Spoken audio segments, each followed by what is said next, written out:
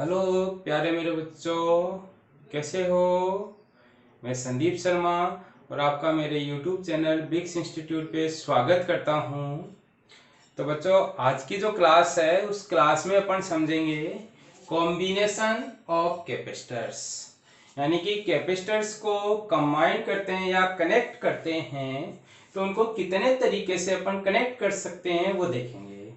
तो आपके पास मेनली जितने भी इलेक्ट्रिक सर्किट्स होते हैं उन इलेक्ट्रिक सर्किट्स में अपन क्या करते हैं, मैक्सिमम टाइम कैपेसिटर्स का यूज लेते हैं। और उन कैपेसिटर्स का यूज लेते हैं वो किन किन तरीकों से किया जाता है वो आज अपन डिस्कस करेंगे। तो कैपेसिटर्स को अपन मेनली टू तरीके से कनेक्ट कर सकते हैं। फर्स्ट आता है सीरीज कॉम्बिनेशन और सेकंड आता है पैरेलल कॉम्बिनेशन। तो फर्स्ट अपन समझते हैं सीरीज कॉम्बिनेशन क्या होता है। तो सीरीज कॉम्बिनेशन को समझने के लिए अपन ने ये कोई तीन कैपेसिटर कंसीडर किए हैं। ये आपका फर्स्ट कैपेसिटर है जिसकी कैपेसिटी कितनी है, C1 है। ऐसे ही ये आपका सेकंड कैपेसिटर है जिसकी कैपेसिटी कितनी है, C2 है।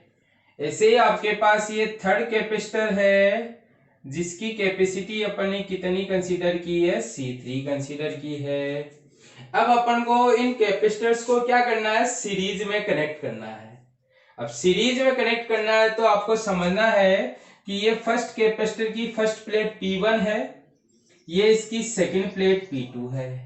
ऐसे ही ये फर्स्ट प्लेट P1 है, ये सेकंड प्लेट P2 है। ये फर्स्ट प्लेट P1 है, ये सेकंड प्लेट आपकी P2 है। कोई दिक्कत नहीं है आपको। अपन ने फर्स्ट आ रही है फर्स्ट नाम दे दिया, सेकंड है उसका सेकंड नाम दे दिया। अब आपका सीरीज कॉम्बिनेशन कहता है कि if second plate of first capacitor, second plate of first capacitor का meaning P2 is connected to the first plate of second capacitor, ये सेकंड कैपेसिटर की फर्स्ट प्लेट से जुड़ी हुई हो, यानी कि ये आपका इस तरीके का कनेक्शन किया हुआ हो।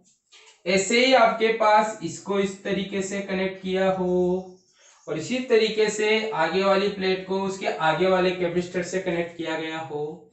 तब आपके पास सीरीज कॉम्बिनेशन में क्या आया कि अगर सेकंड प्लेट है जो फर्स्ट कैपेसिटर की, उसको फर्स्ट प्लेट से कनेक्ट करें कौन से कैपेसिटर की, सेकंड कैपेसिटर की। इसे सेकंड कैपेसिटर की सेकंड प्लेट को थर्ड कैपेसिटर की फर्स्ट प्लेट से कनेक्ट करें तो इस तरीके का कॉम्बिनेशन कहलाता है आपका सीरीज कॉम्बिनेशन।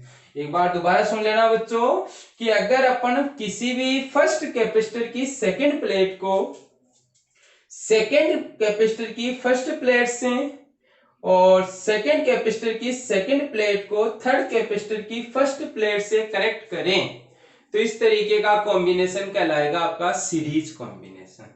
तो ये तो सीरीज कॉम्बिनेशन का मीनिंग हो गया। अब अपन इस कॉम्बिनेशन में चार्ज डिस्ट्रीब्यूशन पढ़ रहे हैं कि चार्ज डिस्ट्रीब्यूशन किस तरीके से होता है। तो चार्ज डिस्ट्रीब्यूशन के लिए अपन ने इस कॉम्बिनेशन को एक बैटरी से कनेक्ट किया है। ये आपकी बैटरी है जिसका वोल्टेज कितना है V, और ये अपन ने इसके दोनों टर्मिनल्स को कॉम्बिनेशन के ये बैटरी से कनेक्ट कर दिया। अब इस बैटरी से क्या फ्लो होगा आपके पास, इसमें Q चार्ज फ्लो होगा। तो अपन ने कंसीडर किया कि कैपेसिटर की जो P1 प्लेट है वो पॉजिटिव टर्मिनल से कनेक्ट होने के कारण इस साइड आपके पास कैसा चार्ज आ गया, प्लस Q चार्ज आ गया, यानी कि ये आपके पास प्लस Q चार्ज हो गया। अब जैसे ही अपन इस पे प्लस चार्ज देंगे तो इस P2 प्लेट पे क्या इंड्यूस होगा, इलेक्ट्रोस्टैटिक इंडक्शन इंड्यूस होगा। अपन पढ़ चुके हैं कि अगर किसी चार्ज प्लेट को इस तरीके से किसी बॉडी के पास लेकर जाएं जो न्यूट्रल हो, जिसमें प्लस भी और माइनस भी हो, तो इस प्लस चार्ज के कारण इसका माइनस तो इधर आ जाएगा और प्लस इधर हो जाएगा। तो अपन कह सकते हैं कि ये जो प्लेट है इस प्लेट की इनर साइड है वो तो आपके पास क्या आ गया, माइनस आ गया, और ये जो आउटर साइड है इस आउटर साइड पे क्या आ गया, प्लस आ गया। तब आप कह सकते हो कि ये जो आउटर साइड पे प्लस आया वो इस वायर से कनेक्ट होने के कारण ये चार्ज कहां सप्लाई हो गया, इस पे सप्लाई हो गया। इस पे सप्लाई हो गया तो आप कह सकते हो कि इस प्लेट पर कितना आ गया, प्लस आ गया। और इस सेम मेथड से इस पे क्या आएगा, आपका माइनस आएगा और इधर प्लस आएगा। और ये प्लस है इस वायर की हेल्प से यहां ट्रांसफर हो जाएगा और यहां ट्रांसफर हो गया तो इस पे आपके पास प्लस आ गया और इस साइड आपका माइनस आ गया और ये जो प्लस है वो इस बैटरी से इलेक्ट्रॉन लेके न्यूट्रलाइज हो गया। तो इस तरीके से आप क्या देख रहे हो कि जैसे ही अपन के फर्स्ट कैपेसिटर की फर्स्ट प्लेट को बैटरी के पॉजिटिव टर्मिनल से कनेक्ट करते हैं तो यहां से चार्ज फ्लो होके इस पे आपका कोई चार्ज आता है।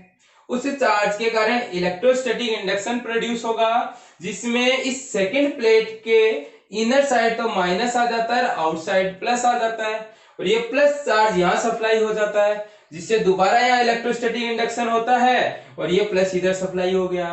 दोबारा इलेक्ट्रोस्टैटिक इंडक्शन होगा और आपके पास ये इंडक्शन होगा। इस इंडक्शन से इस साइड जो प्लस आया वो यहाँ से इलेक्ट्रॉन फ्लो होने के कारण न्यूट्रलाइज हो गया। तो इस तरीके से आप क्या देख रहे हो कि आपके पास जब अपन किसी बैटरी से कनेक्ट करते हैं तो आपके पास कैपेसिटर की फर्स्ट प्लेट पर प्लस चार्ज आ रहा है और कैपेसिटर की सेकंड प्लेट पे क्या आ रहा है, माइनस चार्ज आ रहा है। और अपन जानते हैं कि कैपेसिटर में क्या होता है, कंडक्टर, तो इस पे जितना प्लस होगा उतना ही इस पे क्या होगा, आपका माइनस होगा। ऐसे इस पे प्लस होगा, इस पे माइनस होगा, इस पे आपका प्लस होगा, इस पे आपका माइनस होगा।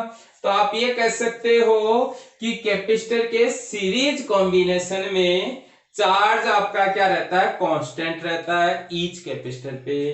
तो आप ये कह सकते हो कि यहां जो Q1 ratio, Q2 ratio, Q3 ratio, Q4 ratio, Q5 ऐसे एंड सो आप निकालना चाहोगे तो आपको 1 रेशियो 1 रेशियो 1 रेशियो 1 रेशियो इस तरीके का फिक्स मिलेगा।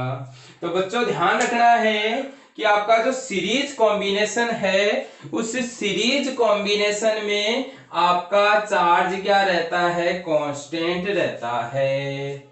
और सीरीज कॉम्बिनेशन में जो चार्ज का डिस्ट्रीब्यूशन होता है वो इलेक्ट्रोस्टैटिक इंडक्शन की हेल्प से होता है आपके पास। क्लियर है बच्चों सीरीज कॉम्बिनेशन। ऐसे अपन अगर बात करें पैरेलल कॉम्बिनेशन की तो पैरेलल कॉम्बिनेशन के लिए मैंने ये कोई 3 कैपेसिटर्स कंसीडर किए और इन 3 कैपेसिटर्स को अपन ने क्या किया है कि ये आपका फर्स्ट कैपेसिटर है, ये आपका सेकंड कैपेसिटर है और ये आपका थर्ड कैपेसिटर है। ये इसकी कैपेसिटी C1 है, इसकी कैपेसिटी C2 है और इसकी कैपेसिटी C3 है। अब अपने पास इन प्लेट को तो कह सकते हैं अपन आपकी लेफ्ट हैंड प्लेट, अगर मैं इस तरीके से कंसीडर करूं तो। और अगर ऐसे देखूंगा तो ये इधर वाली तो राइट हैंड प्लेट हो गई और इधर वाली क्या हो गई, लेफ्ट हैंड प्लेट हो गई। तो आप इसके अकॉर्डिंग कंसीडर करोगे तो ये तो राइट हैंड प्लेट है और ये लेफ्ट हैंड प्लेट है, या इनको कहें ये फर्स्ट प्लेट है और ये सेकंड प्लेट है। तो आपकी हर कैपेसिटर की फर्स्ट प्लेट किसी एक कॉमन पॉइंट पे कनेक्ट हो और सेकंड प्लेट है वो किसी अनदर कॉमन पॉइंट पे कनेक्ट हो।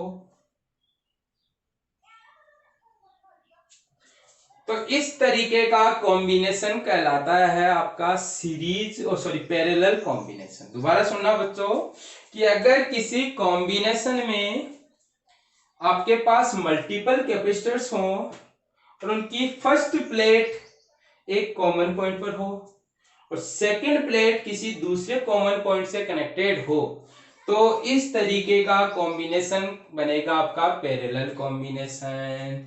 दोबारा सुन लेना कि अगर कॉम्बिनेशन में सभी कैपेसिटर की फर्स्ट प्लेट एक कॉमन पॉइंट पर हो और सेकंड प्लेट किसी दूसरे कॉमन पॉइंट पर हो, तो इस तरीके का कॉम्बिनेशन बनता है आपका पैरेलल कॉम्बिनेशन।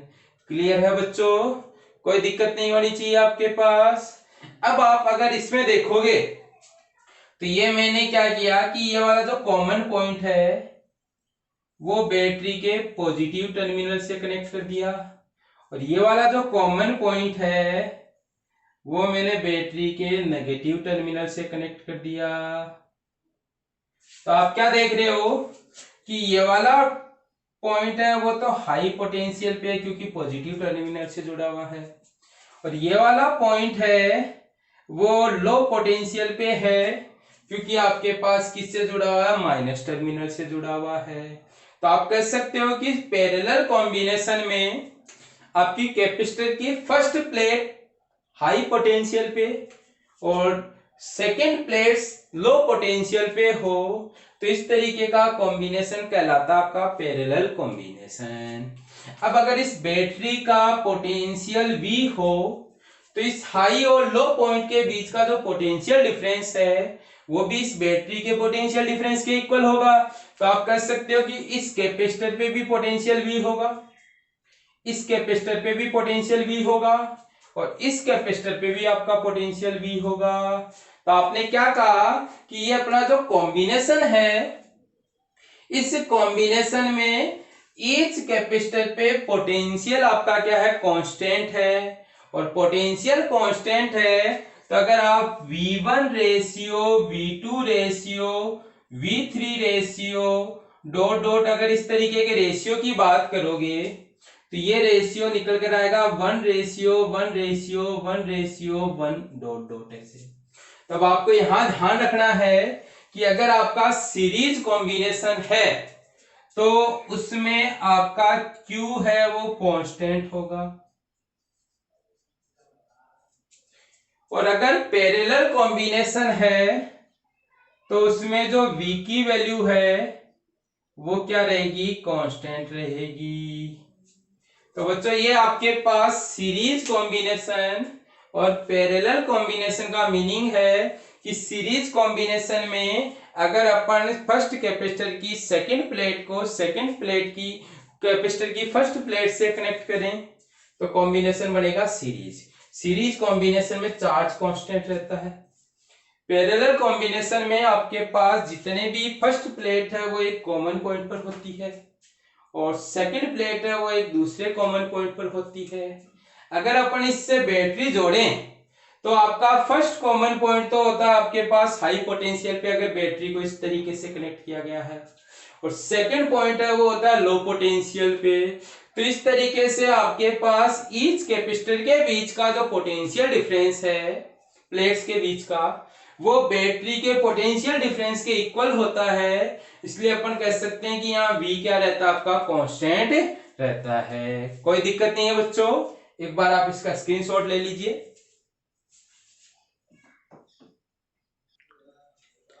अब देखो बच्चों अपन क्या स्टडी करेंगे, इक्विवेलेंट कैपेसिटेंस ऑफ कॉम्बिनेशन। तो आपका इक्विवेलेंट का जो मीनिंग होता है वो ये होता है कि जब अपन मल्टीपल कैपेसिटर आपस में कनेक्ट करेंगे तो उनकी जो नेट कैपेसिटी होती है या टोटल कैपेसिटी बोल सकते हो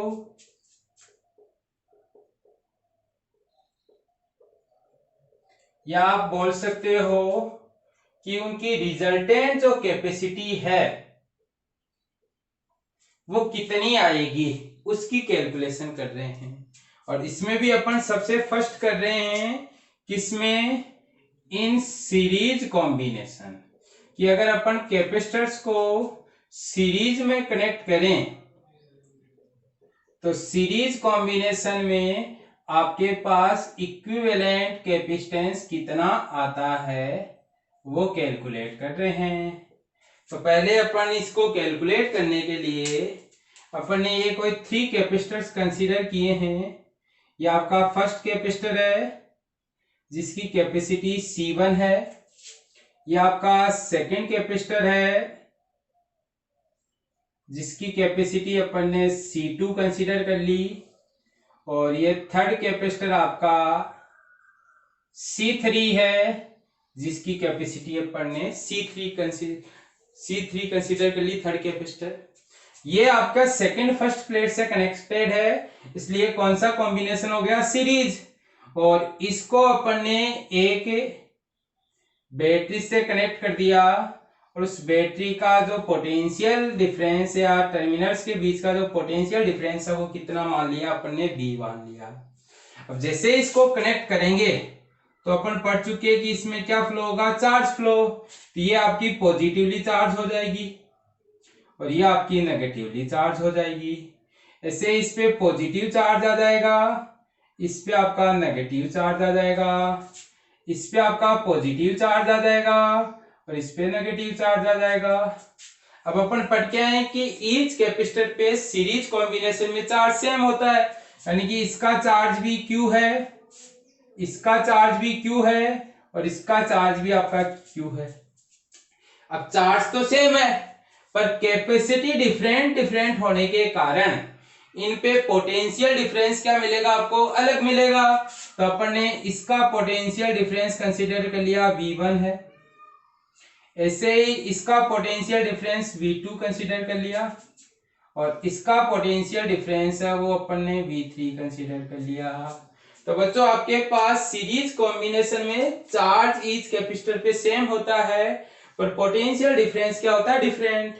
अब अगर आप इन तीनों को कंबाइन करोगे तो अपन ने कंसीडर कर लिया कि एक सिंगल कैपेसिटर बनेगा जिसको अपन इनका इक्विवेलेंट कैपेसिटर बोल सकते हैं, equivalent capacitor.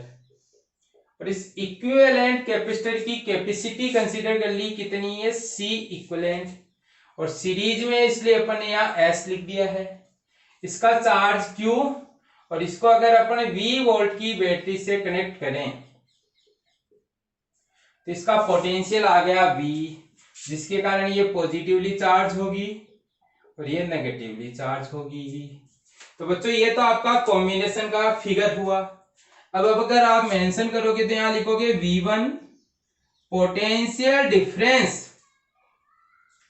Across first capacitor, और इसको अपन लिख सकते हैं C1 इंटू या Q अपॉन में C1। कौन सा फॉर्मूला यूज में लिया, C इक्वल टू जानते हैं Q अपॉन में V होता है, तो यहां से आपका V इक्वल टू निकल कर आ गया Q बाई C। ऐसे आप लिखोगे V2 potential difference across second capacitor, और उसको अपन ने क्या लिख दिया, उसको लिख दिया Q अपॉन में C2। ऐसे आपने लिखा V3 potential difference across third capacitor, और उसको आप क्या लिख सकते हो, Q अपॉन में C3। क्या किया बच्चों, आपने सर्किट में देखा कि ईच कैपेसिटर पे पोटेंशियल डिफरेंस डिफरेंट है तो आपने उनका पोटेंशियल डिफरेंस निकाल लिया। ऐसे ही अगर अपन कहें कि आपका V है वो potential difference across equivalent capacitor, और इसको आप लिख सकते हो Q अपॉन में C इक्विवेलेंट, और वो किसमें, सीरीज में आपके पास। तो ये आपने क्या कर दिया, ईच कैपेसिटर का पोटेंशियल डिफरेंस कैलकुलेट कर दिया कि आपका पोटेंशियल डिफरेंस है वो कितना आएगा। अब जैसे पोटेंशियल डिफरेंस आ गया तो अपन लिख सकते हैं कि जो V है वो V1 plus V2 plus V3 के इक्वल है, यानी कि ये V वोल्ट की बैटरी 3 पार्ट में डिवाइड हुई यहाँ पे। तो अब आप यहाँ से ये लिख सकते हो, V की वैल्यू रख दी Q अपॉन में C equivalent series equal to Q upon C1, Q upon में C2 और Q अपॉन में C3। अब देखो बच्चों क्या देख रहे हो कि इनका जो आपका अपर पार्ट सेम है, तो आप इसको कैंसिल आउट कर सकते हो, और कैंसिल आउट करते हैं तो अपने पास निकल कर आता है 1 अपॉन में C इक्विवेलेंट जो सीरीज का है वो आया 1 upon C1 plus 1 upon C2 plus 1 upon में C3। तो अगर 3 कैपेसिटर्स को अपन सीरीज में कनेक्ट करते हैं तो उनकी इक्विवेलेंट कैपेसिटेंस का जो रेसिप्रोकल होता है वो ईच कैपेसिटेंस के रेसिप्रोकल के सम के इक्वल होता है। सिंपल है बच्चों, आपने पहले पोटेंशियल निकाला, फिर टोटल पोटेंशियल निकाला, और फिर आपने ये रख के वैल्यू पुट कर दी। तो आप लिख सकते हो कि ये तो हो गया आपका reciprocal of equivalent capacitance in series, वो इक्वल है sum of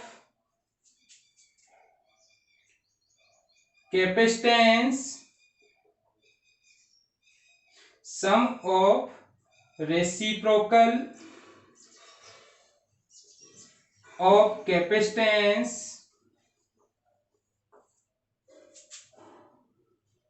of each capacitor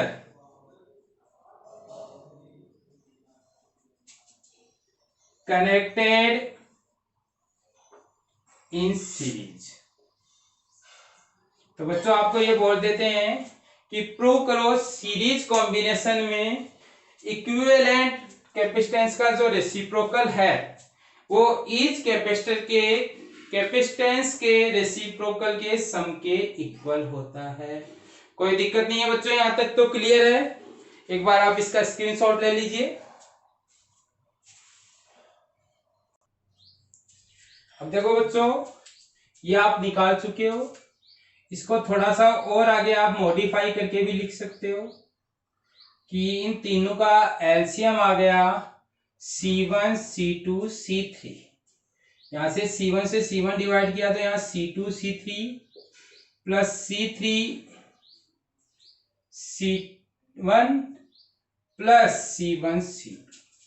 अब यहां से आप लिख सकते हो कि जो C इक्विवेलेंट सीरीज में होता है वो आपका C1 C2 C3 अपॉन में C1 C2 C2 C3 और C3 C1 के इक्वल होता है।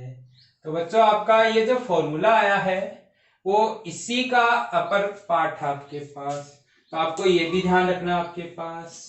अब इनसे रिलेटेड आपके पास पॉइंट आते हैं सीरीज कॉम्बिनेशन से रिलेटेड, जिसमें फर्स्ट पॉइंट तो आप यहां पढ़ चुके हो कि सीरीज कॉम्बिनेशन में आपका इक्विवेलेंट कैपेसिटेंस का रेसिप्रोकल होता है वो इंडिविजुअल कैपेसिटेंस के रेसिप्रोकल के सम के इक्वल होता है। ऐसे सेकेंड पॉइंट लिख सकते हैं कि फॉर एन इक्वल या एन आइडेंटिकल कैपेसिटर्स,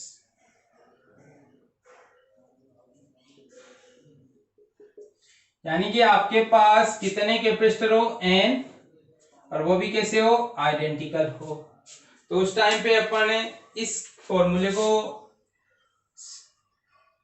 जनरलाइज इस तरीके से लिख सकते हैं कि 1 अपॉन में C1 प्लस 1 अपॉन में C2 और 1 अपॉन में Cn, यानी कि ये n कैपेसिटर का इक्विवेलेंट निकालने का तरीका है।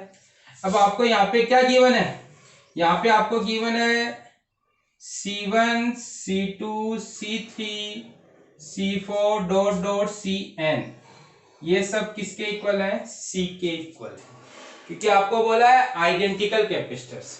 और आइडेंटिकल कैपेसिटर्स का मीनिंग ये हो गया कि आपके पास सभी कैपेसिटर की कैपेसिटेंस क्या है, सेम है, और सेम है तो ये सब वैल्यू पुट करते हैं तो 1/c equivalent S equals to 1/c plus 1/c। इसको कितने टाइम्स ऐड करना है, n टाइम्स ऐड करना है, और ये हो जाएगा आपका n/c। तो यहाँ से c इक्विवेलेंट s है वो निकल कर आएगा c/n। तो आप ये कह सकते हो कि अगर आपके n कैपेसिटर्स जो आइडेंटिकल हो और उनको सीरीज में कनेक्ट करें तो उनका जो इक्विवेलेंट कैपेसिटेंस आता है वो ईच कैपेसिटर के कैपेसिटेंस का 1/n टाइम्स होता है। तो आप यहां से कह सकते हो कि in series combination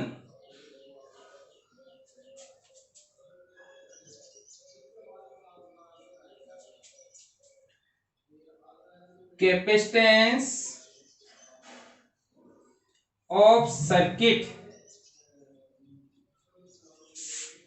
is less than individual capacitance. यानी कि सर्किट का जो कैपेसिटेंस होगा यानी कि इक्विवेलेंट वो इंडिविजुअल कैपेसिटेंस से क्या मिलेगा, आपको कम मिलेगा अगर आपने कैपेसिटर को किस में जोड़ा है, सीरीज में जोड़ा है। और ये जो आपका कैपेसिटेंस कहलाता है इसको मिनिमम कैपेसिटेंस कहते हैं। यानी कि कैपेसिटेंस है वो सीरीज कॉम्बिनेशन में क्या होता है, आपका डिक्रीज होता है। तो बच्चों फर्स्ट पॉइंट तो आपने क्या सीखा कि सीरीज कॉम्बिनेशन में charge on each capacitor same होता है। सेकंड सीखा कि इक्विवेलेंट कैपेसिटेंस का जो रेसिप्रोकल होता है वो आपके पास इंडिविजुअल कैपेसिटेंस के रेसिप्रोकल के सम के इक्वल होता है। थर्ड पॉइंट आपने ये सीखा कि अगर n आइडेंटिकल कैपेसिटर सीरीज में कनेक्ट करें तो आपको इक्विवेलेंट कैपेसिटेंस c/n मिलेगा। और अगला पॉइंट है वो आपका सबसे इंपॉर्टेंट पॉइंट है, और वो इंपॉर्टेंट पॉइंट क्या है वो देखो आपके पास।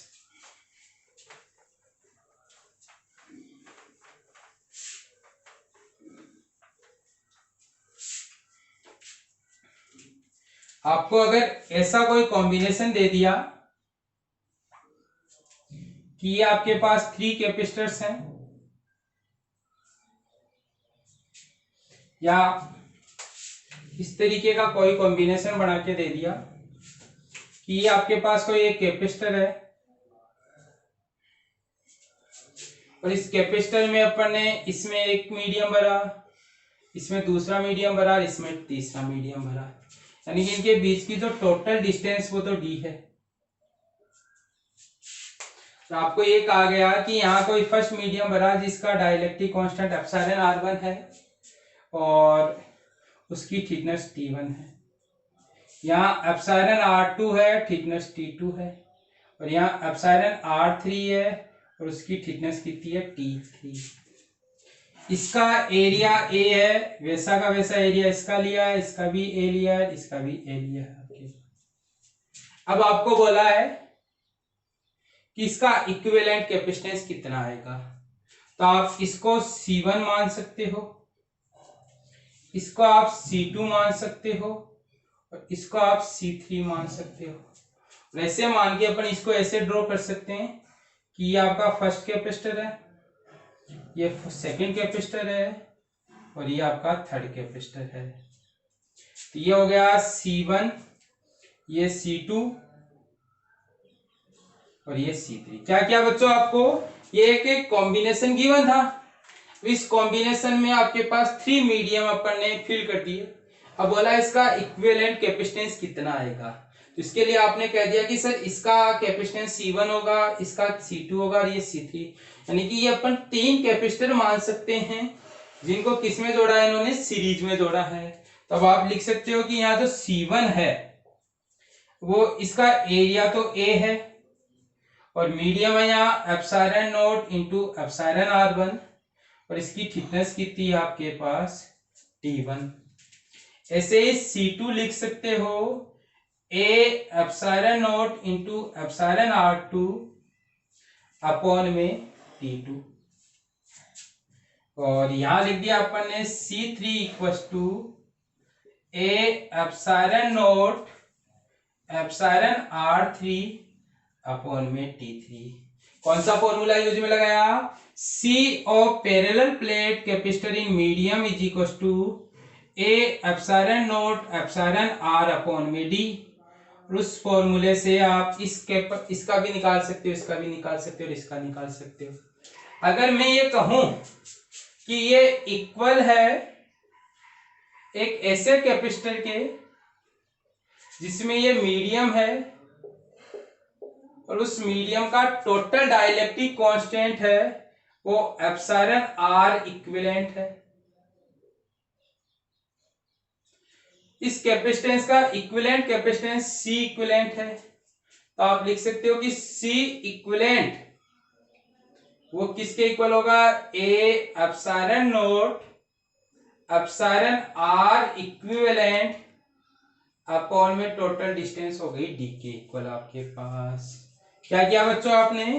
आपने ये बोल दिया कि सर यहाँ डिफरेंट डिफरेंट मीडियम है और इन डिफरेंट डिफरेंट मीडियम का जो टोटल डाइलेक्ट्रिक कांस्टेंट है वो एप्सिलॉन R मान लिया अपन ने, और इनके बीच की टोटल डिस्टेंस दी है तो ये D मान ली। इन प्लेट्स का एरिया A है तो A मान लिया। इस फॉर्मूले के अकॉर्डिंग ये निकाल सकते हैं। अब आप यहां लिख सकते हो बाई सीरीज कॉम्बिनेशन, और सीरीज कॉम्बिनेशन के बेसिस पे आप ये लिख सकते हो कि 1/C इक्विवेलेंट है वो इक्वल्स टू होता है 1/C1 plus 1/C2 plus 1/C3। अब अगर मैं इसका यूज लूं तो आप इसको ऐसे लिख सकते हो D अपॉन में A epsilon naught epsilon R equivalent equals to T1 upon में A epsilon naught epsilon R1 plus T2 upon में A epsilon naught epsilon R2 plus T3 upon में A epsilon naught epsilon R3। अब देखो ए तो common आके cancel out हो गया और यहां से आपका फॉर्मूला बन गया D अपॉन एप्सिलॉन नॉट भी काट दो, epsilon R equivalent is equal to T1 upon में एप्सिलॉन R1 T2 अपॉन में epsilon R2 plus T3 upon में एप्सिलॉन R3। ये बच्चों आपका फॉर्मूला यूज में आएगा इसको फाइंड आउट करने में, कि आपको अगर ऐसा कोई कॉम्बिनेशन गिवन हो और बोले कि इसका इक्विवेलेंट डाइलेक्ट्रिक कांस्टेंट फाइंड करो, तो इक्विवेलेंट डाइलेक्ट्रिक कांस्टेंट फाइंड करने के लिए आप ये यूज में ले सकते हो और ये यूज में ले सकते हो, तो आप इसको सॉल्व कर सकते हो। या इक्विवेलेंट कैपेसिटेंस फाइंड आउट करना है तो पहले तो इंडिविजुअल कैपेसिटेंस फाइंड आउट करो और सीरीज में है तो उनका रेसिप्रोकल करके क्या कर दो? सम कर दो। तो बच्चों ये आपके पास सीरीज कॉम्बिनेशन का मीनिंग हो गया। सीरीज कॉम्बिनेशन में इक्विवेलेंट कैपेसिटेंस का फॉर्मूला क्या होता है वो हो गया। सीरीज कॉम्बिनेशन में अपन ने ये पढ़ लिया कि चार्ज कांस्टेंट होता है, कैपेसिटी डिक्रीज होती है, यानी कि सीरीज कॉम्बिनेशन को तब यूज में लेंगे जब अपन को कैपेसिटी क्या करनी हो? डिक्रीज करनी हो। और ऐसे ही अपन ने देख लिया कि कोई n आइडेंटिकल कैपेसिटर्स अगर सीरीज में कनेक्ट करते हैं तो उनका इक्विवेलेंट कैपेसिटेंस C/n आता है।